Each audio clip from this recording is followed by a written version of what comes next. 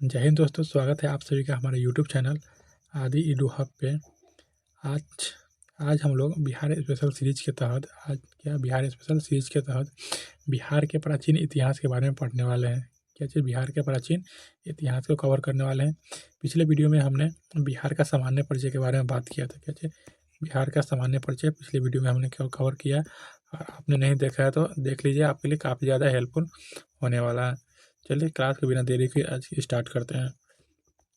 तो प्राचीन बिहार में हम लोग प्राचीन बिहार के अंतर्गत हम लोग क्या क्या कवर करने वाले। तो प्राचीन बिहार के अंतर्गत हम लोग पाषाण काल को पढ़ेंगे। पाषाण काल, वैदिक काल, महाजनपद काल, बौद्ध धर्म और जैन धर्म और मौर्य वंश और गुप्त वंश के बारे में पढ़ने वाले हैं। चलिए स्टार्ट करते हैं हम लोग पहला पाषाण काल से नंबर ऑफ पाषाण काल को देखते हैं। आगे बढ़े पाषाण काल। यह हमारा पाषाण काल बिहार के अंतर्गत हम लोग पाषाण काल को अध्ययन करने वाले हैं। तो बिहार के अंतर्गत हम लोग पाषाण काल के बारे में पढ़े। तो पाषाण काल को हम लोग 3 भाग में बांट कर पढ़ते हैं। क्या चीज़ कितने भाग में? पाषाण काल को हम लोग 3 भाग में बांट कर पढ़ते हैं। पूरा पाषाण काल नंबर 1 पूरा पाषाण काल, दूसरा है मध्य पाषाण काल और तीसरा नव पाषाण काल। या पूरा पाषाण काल, मध्य पाषाण काल और नव पाषाण काल। चलिए स्टार्ट करते हैं हम लोग नंबर 1 पूरा पाषाण काल से। कैसे? पूरा पाषाण काल नंबर 1 हमारा क्या है? पूरा पाषाण काल। चलिए देखते हैं पूरा पाषाण काल के अंतर्गत। तो पूरा पाषाण काल के अंतर्गत हम लोग बात करें तो पूरा पाषाण काल के दौरान बिहार के दक्षिणी हिस्से जैसा कि मुंगेर, गया और नालंदा से लोगों के रहने का साक्ष्य प्राप्त हुआ है। कहाँ लोगों के रहने का साक्ष्य प्राप्त हुआ है? कहाँ से? तो मुंगेर से, गया से और नालंदा से रहने का साक्ष्य प्राप्त हुआ है। जैसे कि एग्जाम्पल में बात करें तो गया के जेठियन से, कहाँ पे? गया के जेठियन गया से प्राप्त हुआ है, मुंगेर से प्राप्त हुआ है और नालंदा से रहने का साक्ष्य प्राप्त हुआ है। किसे? मानव के रहने का साक्ष्य प्राप्त हुआ है। इस काल की बात करें तो इस काल में मानव मुख्य रूप से आखेटक के काम करते थे। क्या चीज़ करते थे? आखेटक और खाद्य संग्रह का, मतलब इनका काम सिर्फ क्या करना था? आखेटक के लिए काम करते थे, खाने के लिए बस। आगे इस काल की बात करें तो इस काल में हमें पत्थर से बने कुल्हाड़ी, चाकू, खुरपी आदि प्राप्त हुए। तो ये हमारा पाषाण काल हो गया। आगे बढ़ते हैं, एक बार रिवीजन कर लेते, इसको एक बार देख ले। तो पूरा पाषाण काल के अंतर्गत हम लोग क्या किया? पूरा पाषाण काल के दौरान बिहार के दक्षिणी हिस्से से रहने का साक्ष्य प्राप्त हुआ है, जैसा कि गया के जेठियन से, मुंगेर से, नालंदा से। इस काल में मानव क्या था? आखेटक था। इस काल में हमें पत्थर के औजार प्राप्त हुए। पत्थर के औजार जैसे कि कुल्हाड़ी प्राप्त हुए हैं, चाकू प्राप्त हुए और खुरपी प्राप्त हुए हैं। आगे बढ़ते हैं हम लोग, बात करें पूरा पाषाण काल के बाद मध्य पाषाण काल। पूरा पाषाण काल के बाद मध्य पाषाण काल के बारे में बात करते हैं। तो मध्य पाषाण काल मध्य पाषाण काल नंबर 2 मध्य पाषाण काल। तो मध्य पाषाण काल में हमें बिहार के मुंगेर से मानव के निवास का साक्ष्य प्राप्त हुआ। कहाँ से प्राप्त हुआ? बिहार के मुंगेर से। ये हमारा मुंगेर, यहाँ पे देख रहे हैं आप मैप में अगर आप देखें तो ये हमारा मुंगेर है यहाँ पे। ठीक, ये हमारा क्या है? मुंगेर। ये हमारा क्या हो गया? मुंगेर, छोटा सा मुंगेर। तो मुंगेर से रहने का साक्ष्य प्राप्त हुआ है। आगे बात करें तो मुंगेर से हमें छोटे आकार के तेज धार वाले औजार प्राप्त हुए। क्या प्राप्त हुए? औजार प्राप्त हुए हैं तेज धार वाले। मानव द्वारा हमें मध्य पाषाण काल के दौरान मानव क्या था? पशु जानवरों को पालना शुरू कर दिया था। तो इसके अंतर्गत मानव के द्वारा पहला पालतू पशु क्या था? कुत्ता। क्या था पहला पालतू पशु? कुत्ता। पहले मानव ने क्या? कुत्ता पालना शुरू किया था।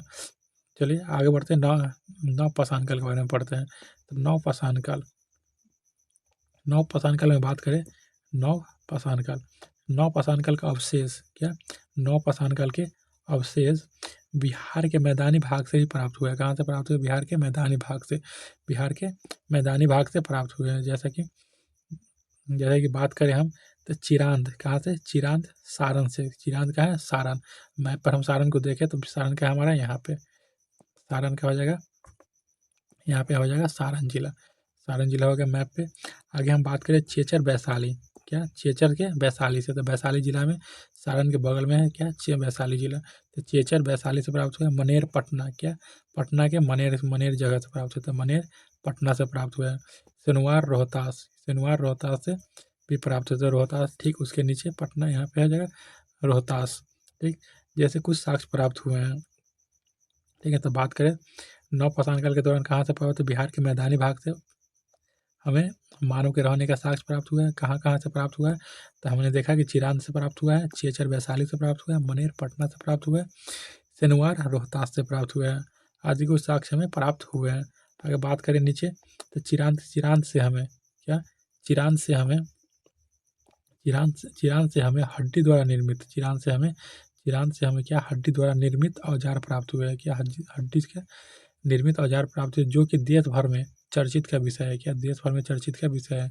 हड्डी का निर्मित औजार, यानी कि किसी जानवर या जानवर की हड्डी का औजार बनाया गया था।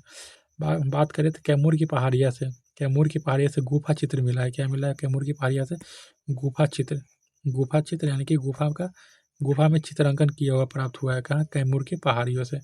इसके अलावा मानव बस्ती में निवास करने लगे थे। मानव कहाँ, बस्ती में निवास करने लगे थे, और वो सभ्य मानव की तरफ बढ़ने लगे थे। आगे बात करें हम लोग, तब आगे हम लोग बात करते हैं वैदिक काल। क्या बात करते हैं, वैदिक काल में बात करते हैं आर्य द्वारा स्थापित सभ्यता। आर्य के द्वारा स्थापित सभ्यता को हम लोग वैदिक सभ्यता कहते हैं। किसे कहते हैं, वैदिक सभ्यता। आर्य के द्वारा स्थापित सभ्यता को हम लोग वैदिक सभ्यता के नाम से जानते हैं, क्योंकि वैदिक काल के बारे में, वैदिक काल यानी वैदिक सभ्यता के बारे में हमें इसका वेदों से जानकारी मिलता है। कहाँ से मिलता है, वेदों से जानकारी मिलता है। इस सभ्यता का इतिहास हमें वेद पर आधारित है। आगे बात करें तो वैदिक सभ्यता को हम लोग 2 वर्गों में विभाजित करते हैं। वैदिक सभ्यता कितने, 2 वर्गों में विभाजित करके पढ़ते हैं।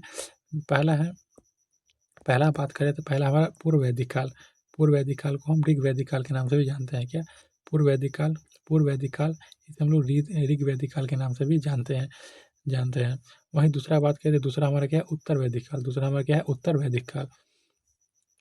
ऋग वैदिक काल के कालखंड की बात करें, ऋग वैदिक काल के कालखंड कब से कब तक है, ऋग वैदिक काल के कालखंड की बात करें तो ऋग वैदिक काल 1500 ईसा पूर्व से लेकर के 1000 ईसा पूर्व तक। कब से कब तक, तो 1500 ईसा पूर्व से लेकर 1000 ईसा पूर्व तक कौन है, ऋग वैदिक काल। वहीं उत्तर वैदिक काल की बात करते हैं। वहीं हम लोग उत्तर वैदिक काल के बारे में बात करें तो उत्तर वैदिक काल 1000 ईसा पूर्व से लेकर 600 ईसा पूर्व तक इसका विस्तार रहा है। चलिए आगे हम लोग बढ़ते हैं। आगे हम बात करें तो पूर्व वैदिक काल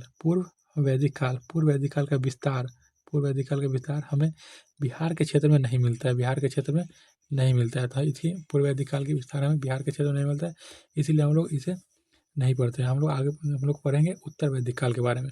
उत्तर वैदिक काल के समय से बिहार में जानकारी मिलती है, तो उत्तर वैदिक काल पढ़ते हैं। उत्तर वैदिक काल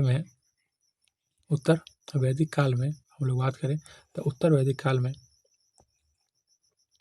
आर्यों का विस्तार गंडक नदी तक हो गया था। कहाँ तक हो गया था, गंडक नदी तक। आर्यों का विस्तार गंडक नदी के तट तक हो गया था, तट तक हुआ। इसकी चर्चा हमें कहाँ मिलता है, शतपथ ब्राह्मण से मिलता है। शतपथ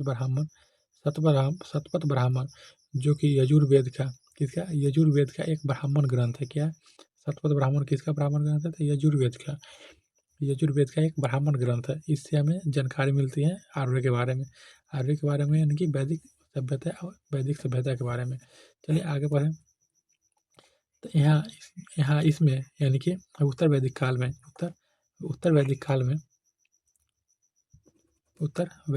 बात करें तो उत्तर वैदिक काल में बिहार की चर्चा विदेह के रूप में किया गया है। किसके रूप में, विदेह राज्य के रूप में किया गया है। कौन से, विदेह राज्य के रूप में। हमें यहाँ से हमें राजा जनक के बारे में जानकारी मिलती है। क्या, विदेह, हम लोग जानते हैं विदेह के राजा कौन थे, राजा जनक। विदेह के जनक कौन थे, राजा जनक। तो विदेह के बारे में, विदेह से हमें राजा जनक के बारे में जानकारी मिलती है। वहीं हम बात करें तो विदेह क्षेत्र के बारे में बात करें तो विदेह क्षेत्र वर्तमान बिहार के तिरहुत और मिथिला का जो रीजन है, उसे तिरहुत और मिथिला वाले रीजन को हम विदेह क्षेत्र के नाम से जानते थे। कब, उत्तर वैदिक काल में। अभी वर्तमान में हम लोग उसे तिरहुत या मिथिला वाले रीजन के नाम से जानते हैं। वही हम आगे बात करें तो ऋग्वेद में ऋग्वेद में बिहार को कीकट कहा गया है। क्या कहा गया है? कीकट। ऋग्वेद में बिहार को क्या कहा गया था? कीकट। क्या कहा गया ऋग्वेद में? बिहार को कीकट कहा गया है। कीकट जिसका अर्थ होता है निम्न जाति के लोग। क्या होता है? निम्न जाति के लोग। क्या होता है? निम्न जाति के लोग। क्या कीकट का मतलब क्या होता है? निम्न जाति के लोग। निम्न जाति के लोग। वही हम बात करें वाराह पुराण में। क्या वाराह पुराण ये भी क्या है? ग्रंथ है। इसमें बात करें तो कीकट को अपवित्र प्रदेश कहा है। क्या कहा? अपवित्र प्रदेश कहा है। तो वाराह पुराण के हिसाब से क्या बिहार को अपवित्र माना गया है। और ऋग्वेद के अनुसार कीकट का मतलब क्या होगा? निम्न जाति के लोग। निम्न जाति के लोग कीकट के अनुसार। चलिए आगे बढ़े। आगे हम लोग बढ़े तो आगे इसी क्रम में आगे बढ़ते। वैदिक काल के दौरान क्या? वैदिक काल के दौरान मिथिला लिच्छवी आदि उत्तर बिहार का प्रमुख क्या रहे? क्षेत्र रहे। उत्तर बिहार के प्रमुख क्षेत्र रहे हैं। कौन कौन रहे? तो वैदिक काल के दौरान बात करें एक बार फिर से। तो वैदिक काल के दौरान विदेह क्षेत्र। कौन? विदेह क्षेत्र, मिथिला क्षेत्र, लिच्छवी क्षेत्र, ये सब बिहार के प्रमुख क्षेत्र रहे हैं वैदिक काल के दौरान। आगे हम लोग बढ़े। आगे बढ़ते हैं। आगे हम लोग बढ़ते हैं महाजनपद काल। क्या बढ़ते हैं? महाजनपद काल। आगे हम लोग पढ़ने वाले हैं महाजनपद काल। तो महाजनपद के बारे में देखते हैं। तो महाजनपद का काल के अंतर्गत हम लोग पढ़ने वाले बिहार को महाजनपद काल। तो महाजनपद काल में बात करें तो आर्य जाति के कबीले का विलीनीकरण होने लगा। विलीनीकरण मतलब छोटे छोटे कबीला मिलकर बड़े कबीला बनने लगे। छोटे छोटे कबीला को गांव, छोटे छोटे जो उनके बस्ती था वो बदलने लगे। तो कबीलों का क्या हुआ? कबीलों का विस्तार होने लगा। कबीलों का विस्तार जन के रूप में हुआ। क्या चीज़ के रूप में हुआ? जन। जब छोटे छोटे कबीले जब मिलने लगे तो वो जन बन गए। जन के बाद जनपद बन गया। जन के बाद क्या बना? जनपद। जब छोटे छोटे बात करते हैं यहाँ पे देखिएगा, समझिएगा। जब छोटे कबीला था, छोटा क्या था? कबीला जब आगे बढ़ा तो क्या बन गया? जनपद। क्या बन गया? जन बना। जन के बाद हमारा क्या बन गया? जनपद। जन के बाद बन गया हमारा जनपद। वहीं जनपद के बाद बात करें तो महाजनपद का विस्तार ले लिया। क्या ले लिया? महाजनपद। ये हमारा हो गया महाजनपद। तो छोटे कबीला क्या था हमारा? वहीं हम फिर से एक बार बात करें तो ये हमारा क्या था? छोटा कबीला क्या था? कबीला था। कबीला के बाद बन गया तो ये बन गया हमारा जन के बाद हमारा बन गया जनपद, और जनपद के बाद बन गया महाजनपद। तो वही हम यहाँ पे समझेंगे। वही हम यहाँ पे समझेंगे। तो पहले छोटा कबीला का विस्तार हो गया जन के रूप में। जन के बाद बन गया जनपद। जनपद के बाद बन जाता है क्या? महाजनपद। क्या बन जाता है? महाजनपद। तो लगभग आगे बात करें तो लगभग 600 ईसा पूर्व, कब? 600 ईसा पूर्व हमारे देश में 16 महाजनपद का उदय होता है। 16 महाजनपद का उदय हुआ, जिसकी जानकारी हमें बौद्ध धर्म के अंगुतर निकाय से मिलता है। किससे मिलता है? बौद्ध धर्म के अंगुतर निकाय से मिलता है। वहीं बात करें आगे तो जैन धर्म के ग्रंथ, जैन धर्म के भी एक पुस्तक है क्या? भगवती सूत्र। जैन धर्म के भगवती सूत्र से भी हमें 16 महाजनपद के बारे में जानकारी मिलता है। आगे बात करते हैं तो 16 महाजनपद का विस्तार हुआ। 16 महाजनपद में से 3 महाजनपद, कितने? 3 महाजनपद बिहार में 3 महाजनपद का विस्तार कहाँ था? बिहार के क्षेत्र में रहा है। कहाँ रहा है? बिहार के क्षेत्र में रहा है। वो 3 महाजनपद कौन कौन थे? तो बात करते तीनों महाजनपद के बारे में। तो पहला था लिच्छवी। क्या था? लिच्छवी या वज्जी महाजनपद। क्या था? लिच्छवी या वज्जी महाजनपद। दूसरा था मगध। दूसरा कौन था? मगध महाजनपद। वहीं तीसरा की बात करें तो अंग महाजनपद रहा है। अंग महाजनपद। इसमें कौन कौन से देश रहे थे? इनमें तो लिच्छवी में वैशाली, मुजफ्फरपुर और मुजफ्फरपुर वाला क्षेत्र शामिल रहा है। कौन से? वैशाली और मुजफ्फरपुर का क्षेत्र शामिल रहा है। कहाँ? लिच्छवी महाजनपद में। यानी कि बिहार के उत्तरी हिस्सा वाला शामिल रहा है। वहीं हम बात करें मगध की बात करें तो मगध में क्या चीज़ शामिल है? तो मगध में पटना शामिल रहा है। गया और नालंदा का क्षेत्र शामिल रहा मगध में। यानी कि मेनली हम बात करें तो मुख्य रूप से बिहार के गंगा नदी के निचली क्षेत्र, यानी कि गंगा नदी के दक्षिण वाला हिस्सा, गंगा नदी के दक्षिणी हिस्सा मगध में विकसित था। आगे बात करें तो अंग महाजनपद के बारे में बात करें तो अंग भागलपुर और मुंगेर का क्षेत्र, ये मेनली वह भागलपुर और मुंगेर वाला क्षेत्र में अंग महाजनपद का क्या था? विस्तार रहा है। चलिए आगे हम बढ़े और आगे बात करें वज्जी महाजनपद के बारे में। आगे हम तीनों महाजनपद के बारे में पढ़ते हैं अलग अलग। तो सबसे पहले हम लोग पढ़ते हैं बज्जी महाजनपद। क्या पढ़ते हैं? बज्जी महाजनपद। नंबर 1 हमारा क्या रहने वाला है? बज्जी महाजनपद। क्या है? नंबर 1 हमारा रहने वाला है बज्जी महाजनपद। तो बज्जी महाजनपद के अंतर्गत हम पढ़ते हैं तो बज्जी 8 राज्यों का संघ था। कितना? 8 राज्यों का संघ रहा है। कितना? 8 राज्यों का संघ रहा है बज्जी।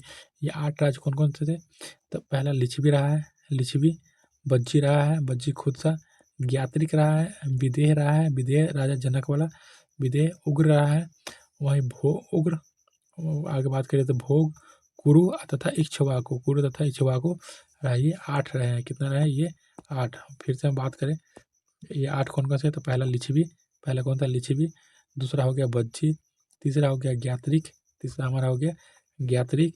वहीं चौथा की बात करें तो विदेह। विदेह की बात करें तो उग्र। उग्र हो गया हमारा 5वां। छठा हो जाएगा हमारा भोग। चौथा हो जाएगा हमारा कुरुक्षेत्र। और 7वां कुरुक्षेत्र। और 8वां होगा हमारा इक्ष्वाकु। इक्ष्वाकु हमारा क्या होगा? 8वां हो गया। ये हमारा बज्जी महाजनपद था। आगे हम बात करते हैं आगे आगे हम बात करें इनमें तो वर्तमान बिहार के वैशाली, मुजफ्फरपुर, चंपारण, दरभंगा, सारण इत्यादि ये सभी क्षेत्र शामिल थे बज्जी महाजनपद में। तो बज्जी महाजनपद में कौन कौन शामिल थे? तो बात करें हम लोग वैशाली के क्षेत्र, वर्तमान में वैशाली। मुजफ्फरपुर भी शामिल था। वैशाली, मुजफ्फरपुर, चंपारण, पूर्वी चंपारण, पश्चिमी चंपारण दोनों इसी में आ जाएगा। दरभंगा भी शामिल था और सारण जिला भी शामिल था। तो हम बात करें वहीं हम बात करते हैं बिहार के उत्तरी भाग का। तो मेनली हमारा कौन था? उत्तरी भाग, गंगा नदी के उत्तर वाला भाग, किसमें? बज्जी महाजनपद में शामिल था। आगे हम बात करते हैं तो बज्जी संघ में सबसे प्रसिद्ध क्या था? लिच्छवी। बज्जी संघ में सबसे प्रसिद्ध जनपद क्या था? लिच्छवी जनपद। लिच्छवी जनपद सबसे प्रसिद्ध था। लिच्छवी जनपद की राजधानी कहाँ थी? लिच्छवी जनपद की राजधानी के बारे में बात करें तो लिच्छवी जनपद की राजधानी क्या था? वैशाली था। लिच्छवी जनपद की राजधानी कहाँ था? वैशाली। हम सब जानते हैं कि वैशाली गणराज्य विश्व का प्रथम गणतंत्र माने जाते हैं। विश्व का प्रथम गणतंत्र माने जाते हैं। कौन सा? वैशाली गणराज्य। वैशाली किसकी राजधानी थी? तो लिच्छवी जनपद की राजधानी क्या रही है? वैशाली रही है। आगे हम बात करें लिच्छवी बज्जी संघ के बारे में बात करें तो अंग महाजनपद क्या आएगा हमारा? अंग महाजनपद के बारे में विषय में बात करें तो दूसरा नंबर 2 क्या पढ़ने वाला है? अंग महाजनपद। क्या? अंग महाजनपद। तो अंग महाजनपद का विस्तार वर्तमान बिहार के भागलपुर और मुंगेर वाले क्षेत्र में रहा है। कहाँ रहा है? तो हम देखिए यहाँ पे नक्शा में बता दें। नक्शा में हम बात करें तो भागलपुर और मुंगेर वाले क्षेत्र रहा है। क्या रहा है? भागलपुर और मुंगेर वाले क्षेत्र में ले रहा है। क्या? अंग महाजनपद का विस्तार कहाँ है? तो भागलपुर और मुंगेर वाले क्षेत्र में भागलपुर और मुंगेर वाले क्षेत्र में क्या रहा? अंग महाजनपद का विस्तार मैप पर। वहीं हम बात करें अभी हमने देखा तो ये उत्तर पश्चिमी चंपारण, पूर्वी चंपारण, दरभंगा, मधुबनी, समस्तीपुर ये सब क्या था? तो बज्जी महाजनपद था। क्या? बज्जी महाजनपद था। वहीं हम फिर पढ़ेंगे तो मगध क्या था? तो ये हमारा पटना वाला क्षेत्र, पटना, गया, नालंदा ये वाला क्षेत्र हमारा हो जाएगा मगध हो जाएगा। तो यहाँ हो जाएगा ये हो जाएगा हमारा मगध। हम बात करते हैं ये हो जाएगा हमारा मगध। ये हमारा हो गया अंग महाजनपद। क्या हो जाएगा? अंग महाजनपद हो जाएगा। अंग महाजनपद। वही हम बात करें इसका तो ये हमारा क्या था? बज्जी। क्या था? बज्जी महाजनपद। क्या था? बज्जी। चलिए हम आगे बात करते हैं। तो अथर्ववेद के अनुसार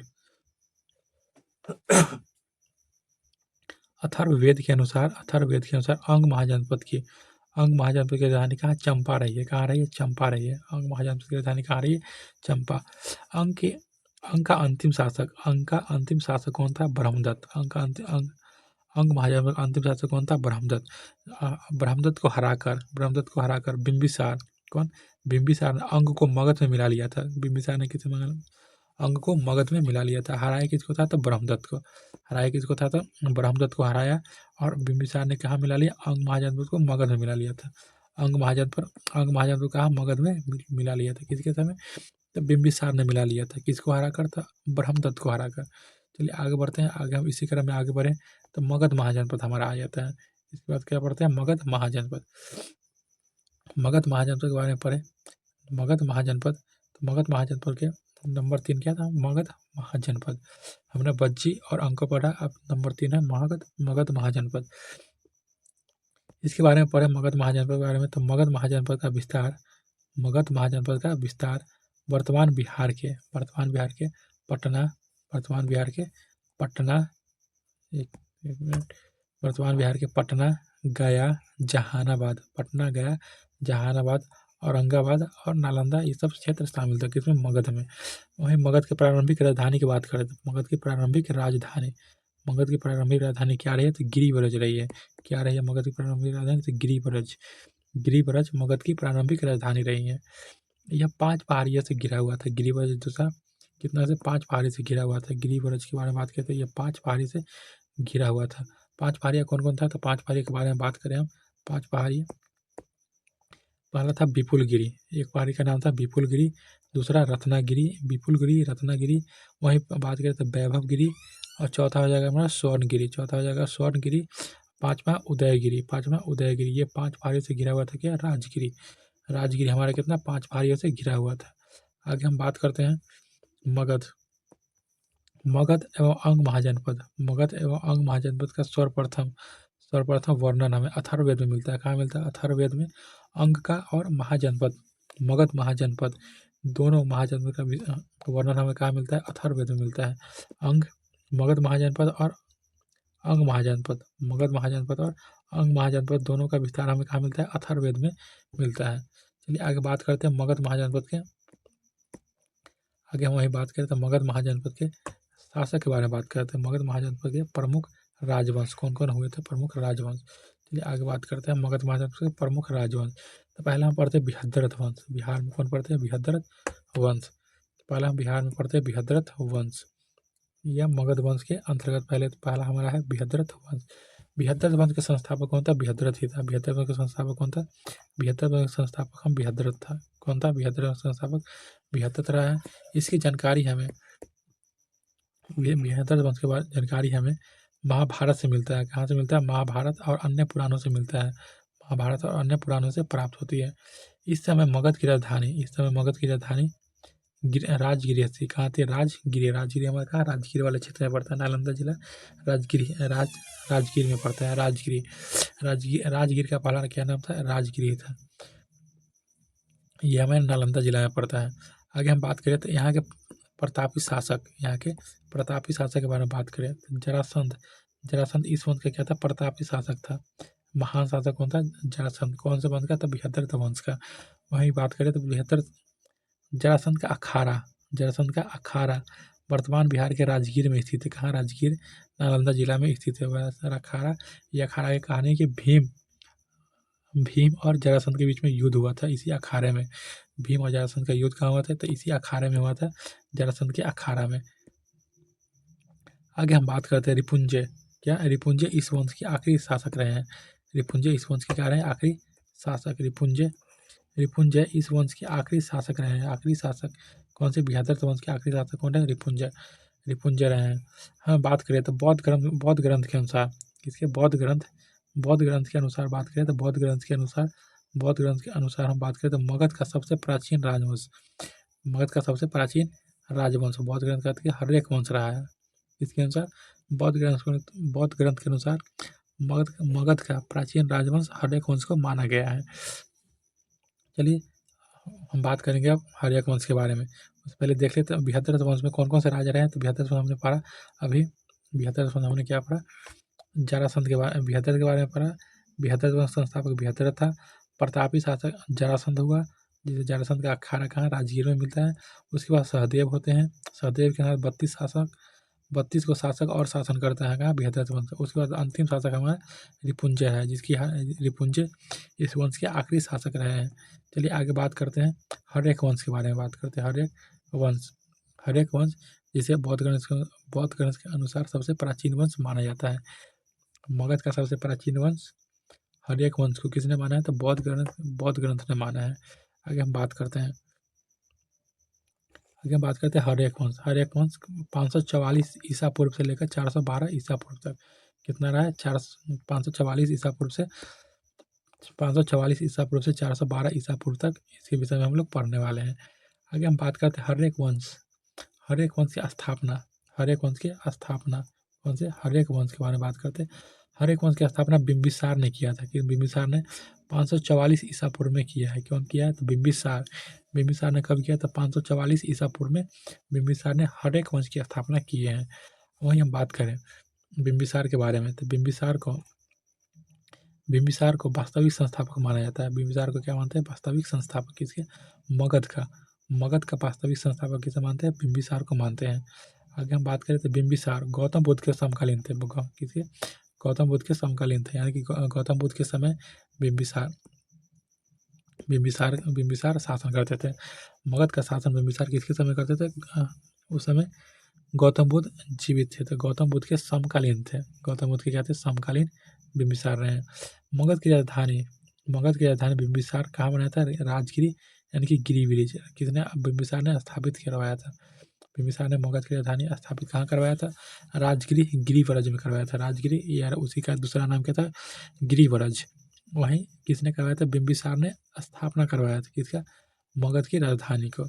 आगे हम बात करें बिंबिसार ने अपना साम्राज्य का विस्तार युद्ध करके तथा साथ ही साथ विवाह संबंध स्थापित करके साम्राज्य का विस्तार किया था। क्या किया था?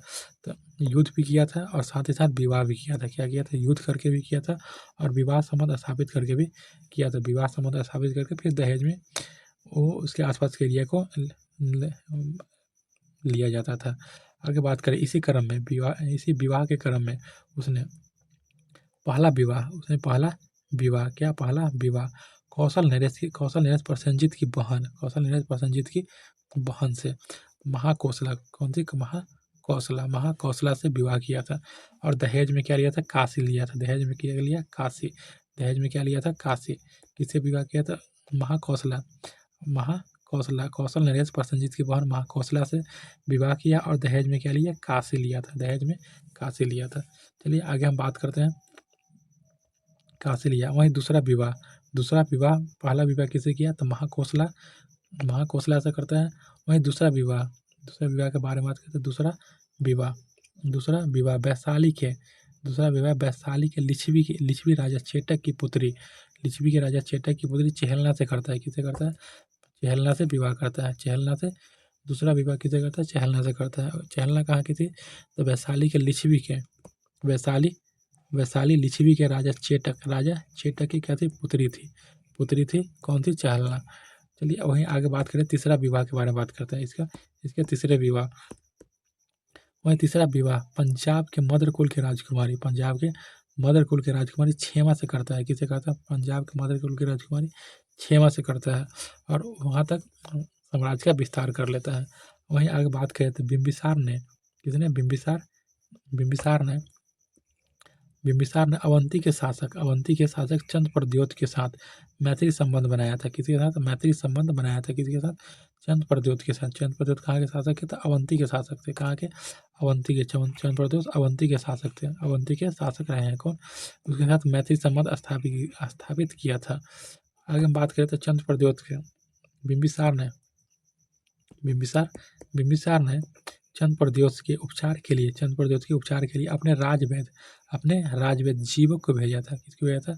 अपने राजवैद्य जीवक को भेजा था। किसके उपचार करने के लिए? चंद्रप्रद्योत के उपचार करने के लिए किसे भेजा था? जीवक को भेजा था। वहीं हम बात करें आगे हम बात करें तो बिंबिसार की हत्या 492 ईसा पूर्व में उसके पुत्र अजातशत्रु ने करता है। अजातशत्रु कर देता है। कौन करता है? अजातशत्रु करता है। किसकी हत्या? बिंबिसार की हत्या कौन करता है? अजातशत्रु कर देता है। आगे बात करें इसी क्रम में अगला शासक कौन बनेगा? अजातशत्रु। बिंबिसार की हत्या करने के बाद अजातशत्रु अगला शासक बनता है। वहीं हम बात करें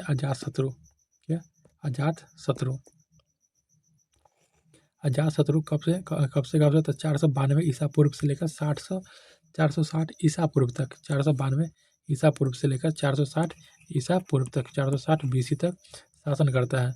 वहीं हम बात करें अजातशत्रु का वास्तविक नाम कुनिक था। अजातशत्रु का वास्तविक नाम क्या रहा है?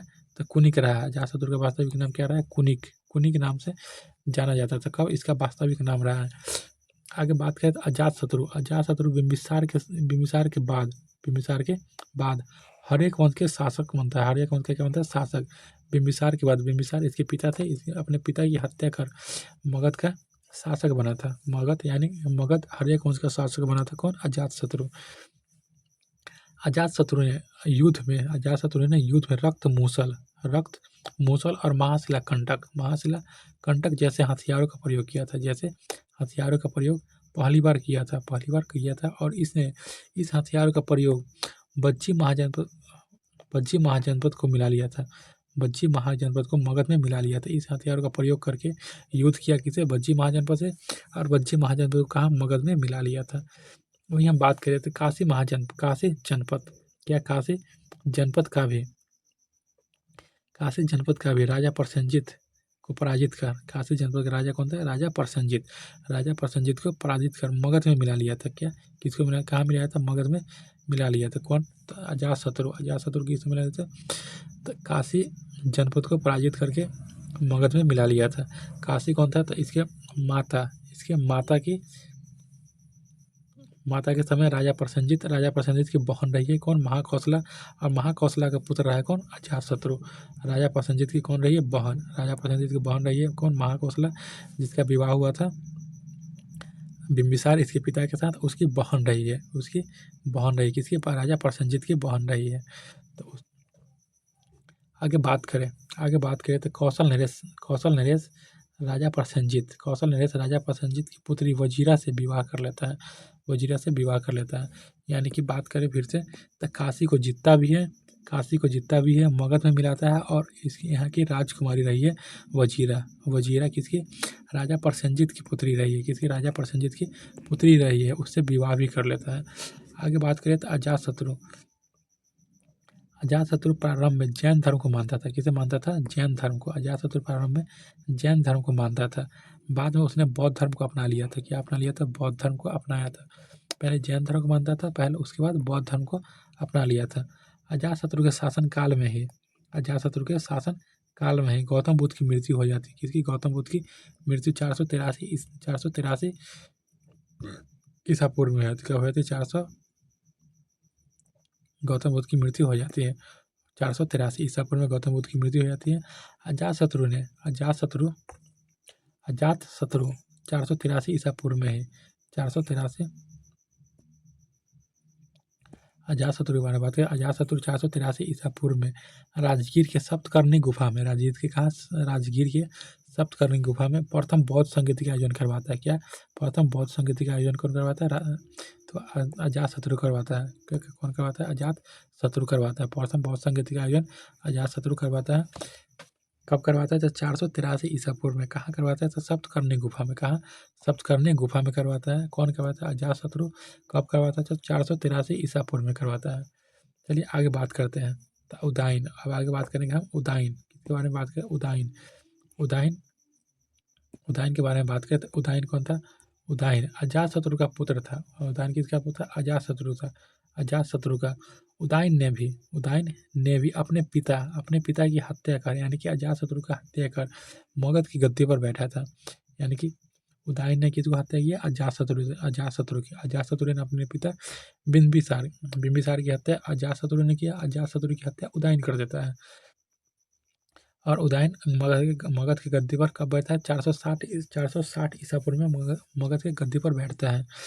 इसने उदाइन के बारे में बात करें तो उदाइन ने गंगा और सोन नदी के संगम पर पाटलिपुत्र नामक शहर बसाया था। पाटलिपुत्र जिसे कुसुमपुर भी जानते थे नामक शहर बसाया था। कौन बसाया था? उदाइन ने बसाया था। उदाइन ने क्या बसाया था? तो पाटलिपुत्र नाम के शहर बसाया था। पाटलिपुत्र नाम के शहर बसाया था। किसने? उदाइन ने बसाया। और उदाइन ने मगध की राजधानी राजगिरी से पाटलिपुत्र स्थानांतरित कर दिया था। और राजगिरी से पाटलिपुत्र स्थानांतरित कर दिया, यानी कि पहले राजगिरी मगध की राजधानी हुआ करता था, उसके बाद उदाइन ने मगध की राजधानी पाटलिपुत्र को बना दिया, जिसकी जानकारी हमें गार्गी संहिता से मिलता है। कहाँ से मिलता है? जिसकी हमारे जानकारी हमें गार्गी संहिता तथा वायु पुराण से मिलता है। गार्गी संहिता तथा वायु पुराण से मिलता है। क्या मिलता है? तो मगध की राजधानी राजगिरी से पाटलिपुत्र की जानकारी हमें कहाँ से मिलता है? गार्गी संहिता और वायु पुराण से मिलता है।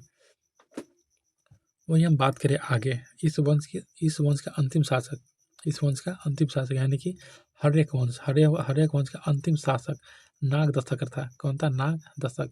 इसने 412 ईस्वी तक शासन किया। नागदशक कब तक शासन किया था? 412 ईस्वी तक शासन किया था। किसने? नागदशक ने। नागदशक किसका? हर्यक वंश का अंतिम शासक था। हर्यक वंश का अंतिम शासक रहा है। हर्यक वंश के अंतिम शासक रहा है। तो वहीं हम नागदशक की हत्या, नागदशक की हत्या शिशुनाग ने करता है। कौन कर देता है? शिशुनाग कर देता है। शिशुनाग कर देता है और शिशुनाग वंश की स्थापना करता है। मगध में शिशुनाग वंश की स्थापना कौन करता है? शिशुनाग ही करता है। शिशुनाग किसकी हत्या करता है? तो नागदशक की हत्या कर देता है। नागदशक की हत्या कर शिशुनाग शिशुनाग वंश की स्थापना करता है। मगध में शिशुनाग वंश की स्थापना करता है। आगे आगे बढ़ते हैं शिशुनाग वंश के बारे में। शिशुनाग वंश, वही हम बात करें शिशुनाग वंश के बारे में बात करें तो शिशुनाग वंश कौन है? शिशुनाग वंश की स्थापना कब हुआ था? 412 में। शिशुनाग वंश की स्थापना शिशुनाग के द्वारा 412 ईस्वी में किया गया था। कब किया था? 412 ईसा पूर्व में किया था। 412 ईसा पूर्व में किया गया था। यहाँ पे करेक्ट करेंगे, 412 ईसा पूर्व में किया गया था। कब किया गया था? 412 ईसा पूर्व में। शिशुनाग ने कब किया था? 412 ईसा पूर्व में किया था। 412 ईसा पूर्व में किया था। आगे हम बात करते हैं तो शिशुनाग ने मगध की राजधानी वैशाली को बनाया था। यानी कि पाटलिपुत्र से कहाँ ले गया? वैशाली ले गया। कौन? शिशुनाग ने मगध की राजधानी कहाँ बनाया? तो वैशाली में बनाया। तो वैशाली को बनाया था। वहीं हम बात करें तो शिशुनाग ने अवंती के राजा अंतिवर्धन को पराजित किया था। अंतिवर्धन को पराजित करके अवंती को मगध में मिला लिया था। कहाँ मिला लिया था? अवंती को मगध में मिला लिया था। किसको? अवंती के राजा अवंतीवर्धन को पराजित करके मगध में मिला लिया था। इसके अतिरिक्त शिशुनाग ने वत्स एवं कौशाम्बी को भी मगध में मिलाया था। कहाँ मिला लिया था? वत्स एवं कौशाम्बी को भी मगध में मिला लिया था। वहीं हम बात करें 394 ईसा पूर्व में 394 ईसा पूर्व में बात करें तो 394 ईसा पूर्व में शिशुनाग की मृत्यु हो जाती है। इसके बाद कालाशोक मगध का शासक बनता है। कौन बनता है? कालाशोक मगध का शासक कौन बनता है? कालाशोक बनता है। कब? शिशुनाग की मृत्यु के बाद। शिशुनाग की मृत्यु कब होती है? तो 394 में हो जाती है। 394 ईसा पूर्व में हो जाती है। 394 ईसा पूर्व में शिशुनाग की मृत्यु हो जाती है। उसके बाद कालाशोक मगध का शासक बनता है। चलिए आगे बढ़ते हैं कालाशोक के बारे में। कालाशोक के बारे में पढ़े तो कालाशोक मगध का शासक बनता है। कालाशोक मगध का शासक शिशुनाग के बाद बनता है। शिशुनाग की मृत्यु 394 होता है। उसके बाद कालाशोक मगध का शासक बनता है 394 ईसा पूर्व में।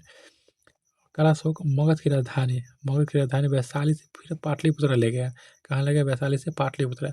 शिशुनाग के बारे में बात करते हैं। शिशुनाग पाटलिपुत्र से वैशाली ले जाता है और कालाशोक वैशाली से पाटलिपुत्र ले जाता है। कहाँ ले जाता है? वैशाली से पाटलिपुत्र। अशोक पुनः राजधानी को वापस कर देता है। क्या करता है? पुनः वापस कर लेता है।